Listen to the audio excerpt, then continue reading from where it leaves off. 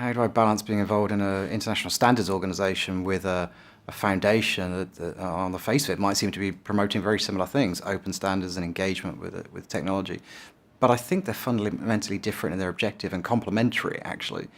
The standards organization clearly lays down the rules of the road.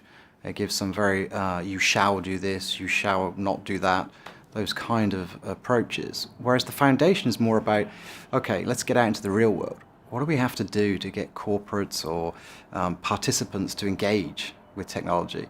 How do we measure the use of or that interaction with that technology and govern it overall? They're different things. One's the rules, one's how we get people to work together in what are going to have to be quite interesting consortia.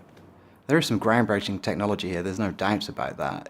It may not be that new right now, it's been around for a good few years, but it's not really got widespread adoption.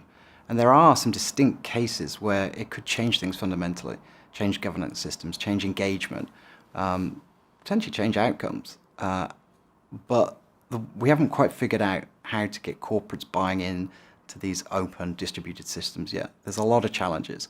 And the chance to be a part of that, and right at the heart of it, and bringing some great minds from around the world together to start to solve and address those things, I mean, why wouldn't I want to be involved? Yeah, I think I bring a few things to this particular world, and certainly not cryptographic engineering and systems design and building. I think when I think about my ISO involvement, one of the reasons why I was asked to participate in that, I think, was a healthy degree of skepticism. So in any early stage of a market or a technology, the ideas run away with themselves and everybody gets very excited, and that's understandable. And it allows for a lot of innovation. I think probably what I've done most of my career, extending 30 years or more now, is to bring that back down to a level of reality and say, okay, it could do all these things. We could take it in all these directions, but where's it going to make the most difference? Where can we get the most value out of something? And what is this technology particularly good for? So you put those kind of skills and disciplines, which probably was my mergers and acquisitions, due diligence career was really flushing those things out. Put that together with some of the more technical things I've been exposed to in my career around privacy compliance, information security. This world really is the perfect combination of those things. So I would say some technical knowledge, the ability to translate between the technical folks who are really making this stuff work and the business folks who are going to engage with it, and the ability to translate between the two, I think is why I want to be involved, and hopefully why I'll make the most difference.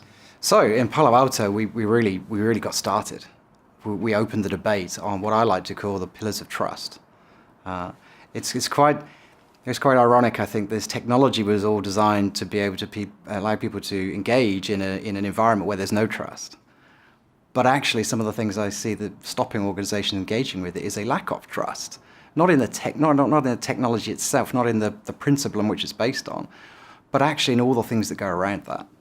The legal issues around compliance with laws in various countries, the legal issues around liability if something goes wrong, the recently uncovered problems with security, the new requirements around privacy compliance. All these kind of things are bringing incredible challenges to the adoption of this technology. And we got that debate started in Palo Alto, and it's just a start.